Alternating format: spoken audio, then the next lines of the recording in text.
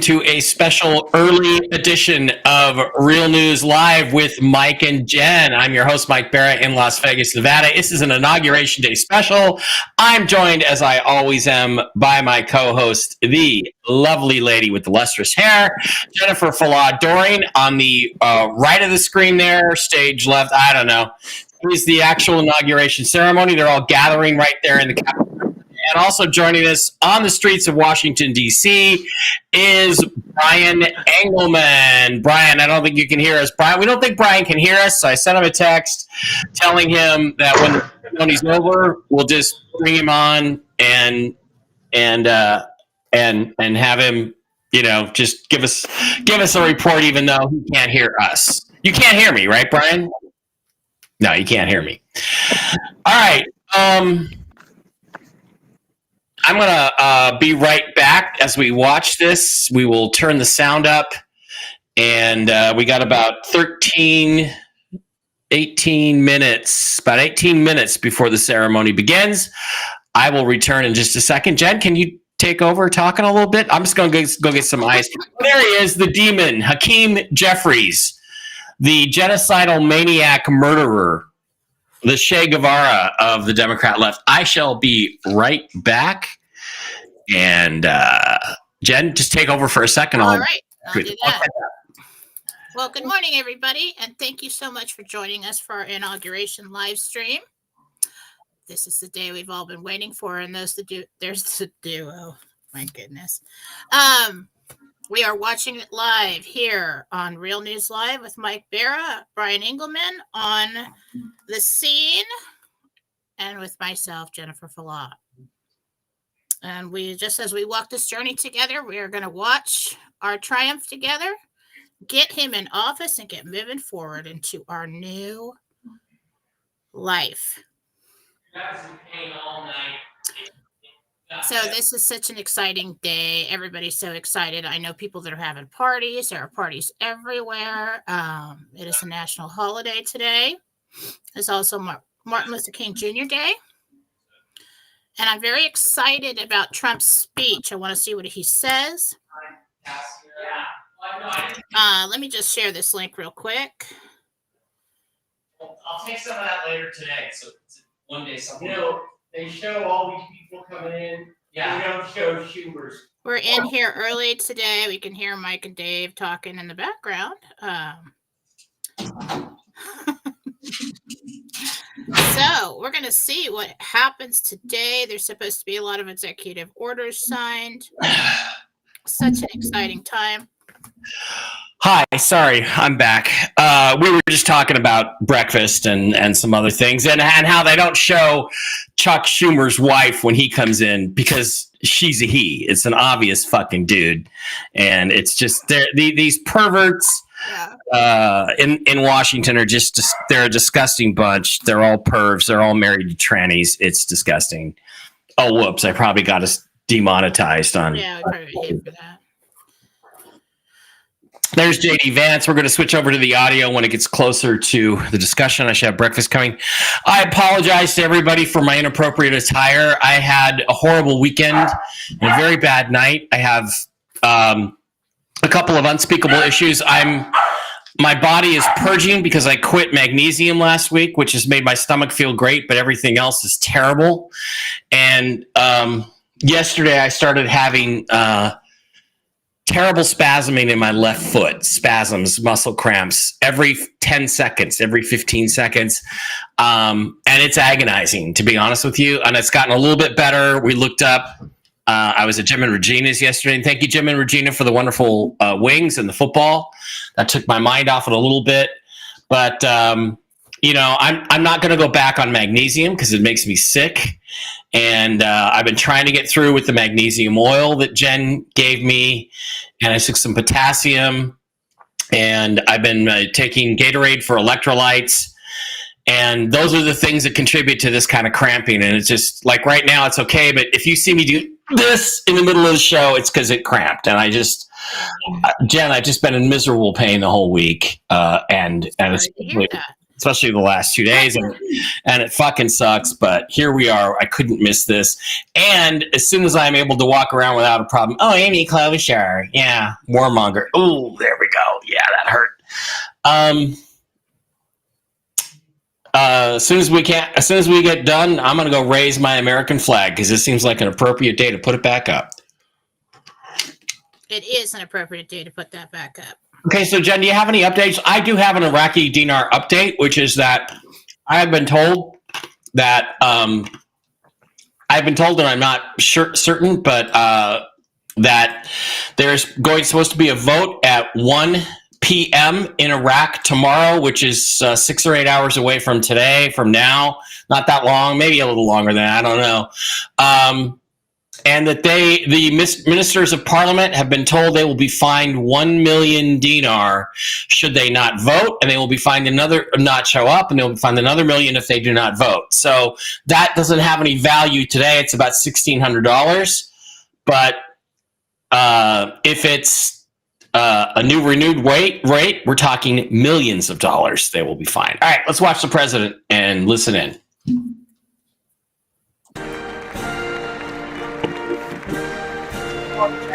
The audio. Thanks.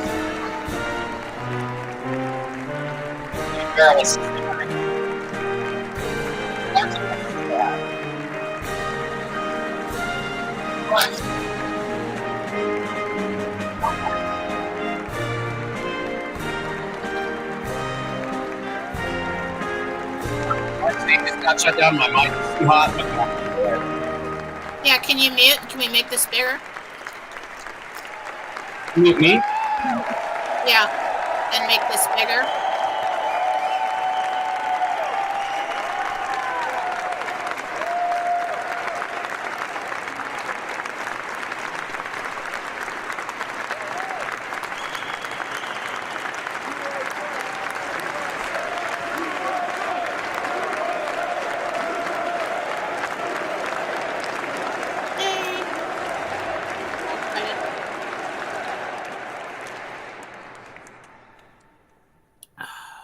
Grainy. Ladies and gentlemen, please be seated.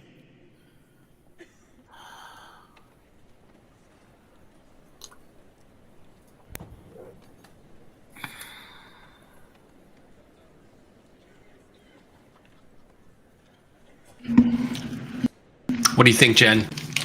How does he look? It's skipping for me, and I hate it.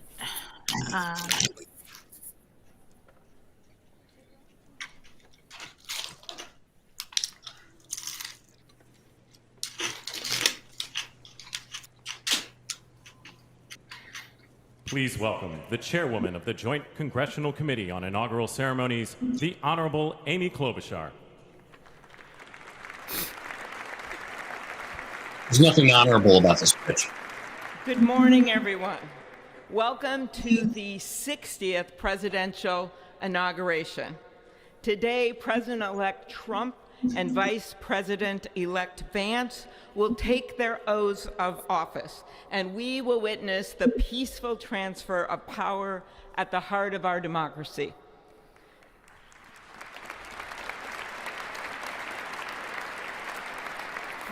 There's a delay in the For video. the past year, I've chaired the inaugural ceremony committee, which includes the leadership of Congress from both parties. We thank the committee and Capitol staff and law enforcement who worked so hard over the last year, and especially the last 3 days. You've done a beautiful job, and you have shown grace under pressure.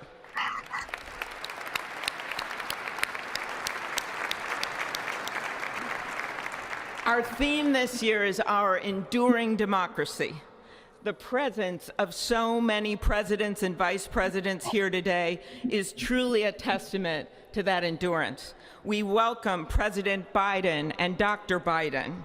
We welcome Vice President Harris and Doug Emhoff, President Obama, President Clinton and Secretary Clinton, President Bush and Laura Bush, Vice President Pence, Vice President Quayle and Marilyn Quayle. The justices of the United States Supreme Court are with us. all 9 of them I counted, and of course, the Trump and Vance families. This ceremony marks what will soon be 250 years of our democracy. It is the moment when leaders, elevated by the will of the people, promise to be faithful to our Constitution, to cherish and defend it. It is the moment when they become, as we all should be, the guardians of our country. Through war and peace, through adversity and prosperity, we hold this inauguration every 4 years, and today it falls on Martin Luther King Day, a further reminder that we must strive to uphold the values enshrined in our Constitution, the freedoms, the liberties, and, as is inscribed on the entrance of the United States Supreme Court, equal justice under law.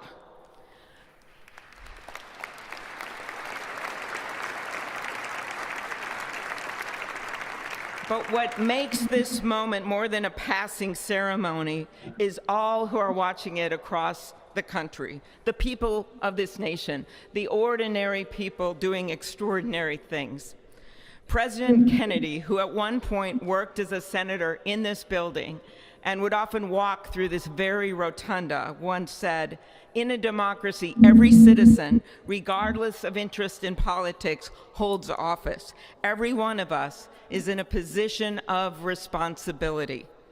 With that responsibility of citizenship comes an obligation not to seek out malice, as President Lincoln once reminded us, but to view others with a generosity of spirit, despite our differences.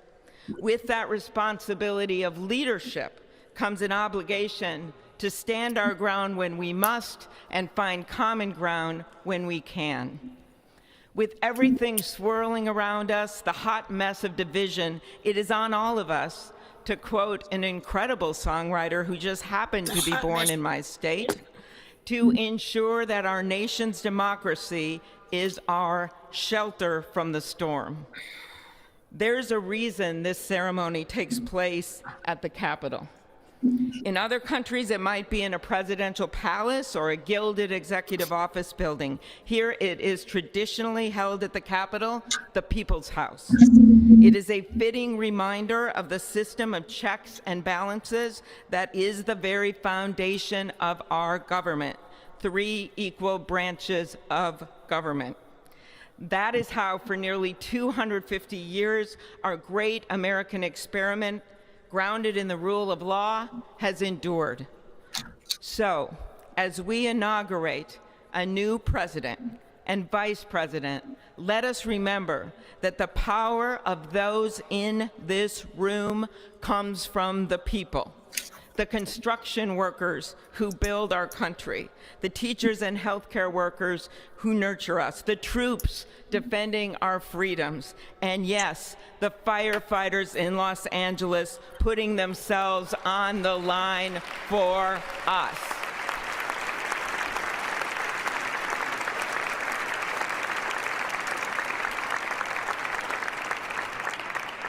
Our democracy's strength and grit must match theirs.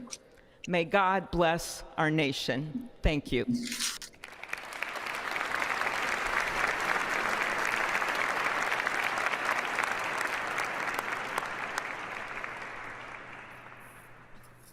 Mike, read your message for me. What, hun? Read your messenger from me. Good afternoon. Endurance through the years is the ultimate test. To persevere through time is the truest measure of an idea, an institution, and a nation. Our founders wrote the Constitution so that America could withstand all the twists and turns of time. They wrote it to guide us and to preserve forever our right of life, liberty, and the pursuit of happiness.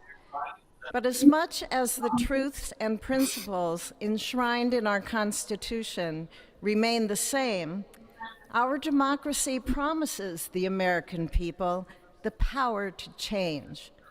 to chart their own destiny. That's the beauty. That is the importance of democracy. It allows the endurance, the permanence of a nation through change. It allows nations like our United States both to avoid the obstacles and to seize the opportunities God has placed before us, all while staying true to our founding principles. Today is our country's 60th inauguration ceremony. Like all the others before it, it is a celebration of our right to set our uniquely American course. The past several years have been trying at times for many, many Americans, and also for the nations of the free world that we humbly strive to lead. In November, Americans chose again to steer this nation towards greatness, the secure, safe, and prosperous future that our founders envisioned for all of us.